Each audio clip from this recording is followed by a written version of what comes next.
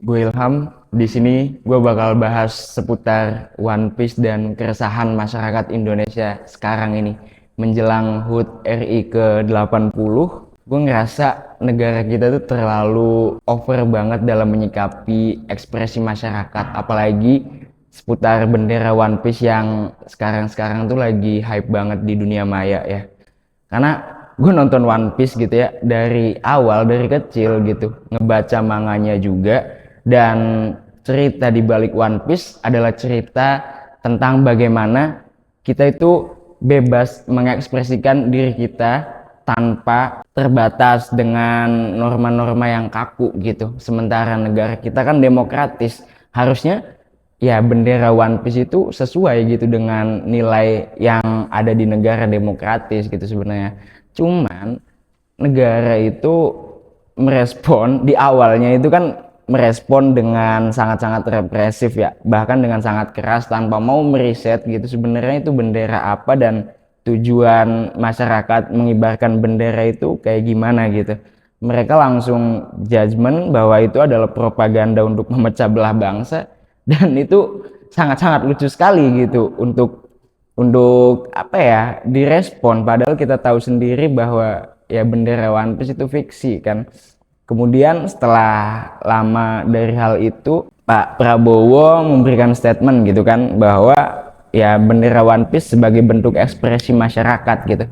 Tapi sebelum Pak Prabowo bikin statement tersebut, ada screenshot grup chat WhatsApp gitu entah dari Karang Taruna di suatu daerah yang melarang ataupun mendata gitu warganya yang mengibarkan bendera One Piece menjelang HUT RI ke-80.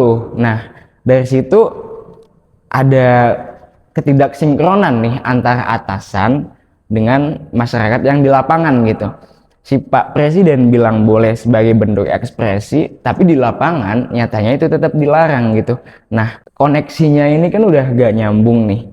Ditambah lagi yang dipermasalahkan tuh bendera fiksi gitu loh. Pantesan di kondisi negara yang sudah kayak gini gitu, emang paling masuk akal tuh ya jadi bajak laut itu sih. Itu kalau kata gue ya. Soalnya ya ketika koneksi antar pemimpin gitu pusat dengan di lapangan itu beda, artinya kan ada gap di sini, gap informasi yang nggak bisa diakses oleh atasan ke bawahan gitu ataupun sebaliknya. Tapi balik lagi ketika kita ngomongin One Piece, kaptennya si Luffy, Monkey D. Luffy yang kita tahu itu, dia pengen jadi raja bajak laut yang paling bebas di dunia, tapi aksinya ditunjukkan dengan cara apa? Dengan cara menyelamatkan negara-negara itu dari politik yang menindas, raja-raja yang bengis. Bisa kita lihat di arc ini ya, apa namanya, Doflamingo Dressrosa itu, ketika Luffy menyelamatkan masyarakat Dressrosa dari cengkraman Doflamingo, kita tahu betul di situ ya Luffy berusaha menaklukkan penindasan dan penjajahan gitu. Terus juga di Wano Kuni kita tahu ketika Big Mom dan Kaido itu beraliansi, Luffy juga mengalahkan kedua Yonko ini gitu kan. Dan akhirnya Wano kembali ke tangan Momonosuke sebagai pewaris tahta yang sah gitu, sebagai shogun Wano Kuni. Terus juga pas di, kalau kalian nonton One Piece sebelum time skip itu ada namanya Arabasta. Di situ si Luffy juga menyelamatkan Arabasta dari cengkraman si Chibukai namanya Crocodile. Raja apa ya, pemerintahan bayangan di Arabasta yang mencengkram masyarakat Arabasta gitu, yang ngebuat mata air jadi kering gitu, yang ngebuat oasis di Arabasta nggak ada airnya lagi gitu, sampai ngebuat perang saudara di antara masyarakat Arabasta. Luffy datang di situ bukan sebagai pahlawan, tapi dia pengen gitu temennya itu, tempat tinggal temennya itu bebas lagi gitu, nggak sengsara lagi masyarakatnya.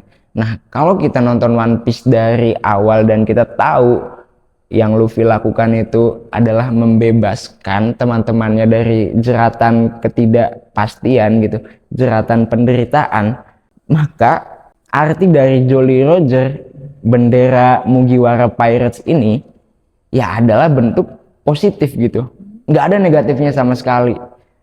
dari yang saya tonton gitu ya, dari awal ke akhir gitu sampai sampai di manga chapter 1100-an ini, ya gue lihat nggak ada yang kerana konotasi yang negatif gitu ya. Mungkin bajak laut emang terbiasa dengan kebiasaan hidup dan pola hidup yang kurang sehat gitu ya, tapi di sisi lain nilai-nilai positif yang mereka emban, nilai-nilai positif yang mereka genggam gitu nggak pernah pudar.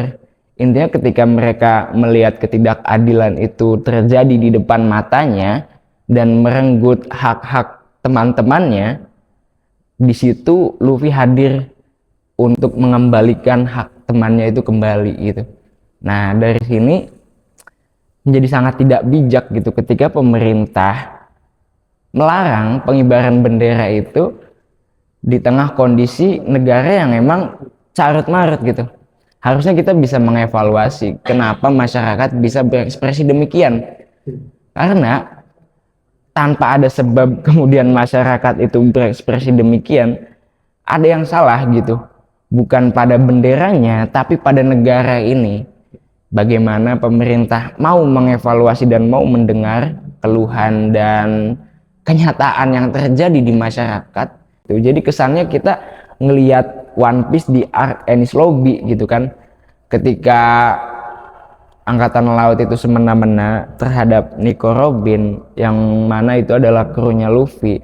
Kemudian di situ ada Sogeking gitu kan. Nah, si Luffy ini nyuruh Sogeking untuk nembak bendera pemerintah dunia.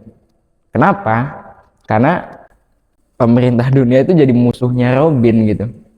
Dan untuk menunjukkan bahwa Luffy benar-benar ingin menyelamatkan Robin, dia menentang pemerintah dunia secara terang-terangan. Nah, dari situ kita bisa ngelihat pola yang sama sebenarnya.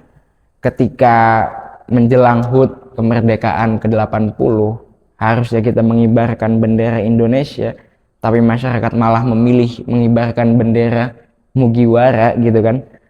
Berarti ada yang salah di sini. Bukan pada salah benderanya gitu, tapi ada yang perlu dievaluasi dari pemerintah agar kejadian seperti ini ya nggak terjadi ke depannya gitu. Karena di tahun-tahun sebelumnya juga nggak seperti ini gitu, tapi sekarang seperti ini, ya menandakan bahwa kita nggak baik-baik aja. Tapi pada intinya adalah bendera bajak laut itu simbol ekspresi kebebasan tanpa mengurangi nilai positifnya. Maka dari itu, mari kita jadi bajak laut.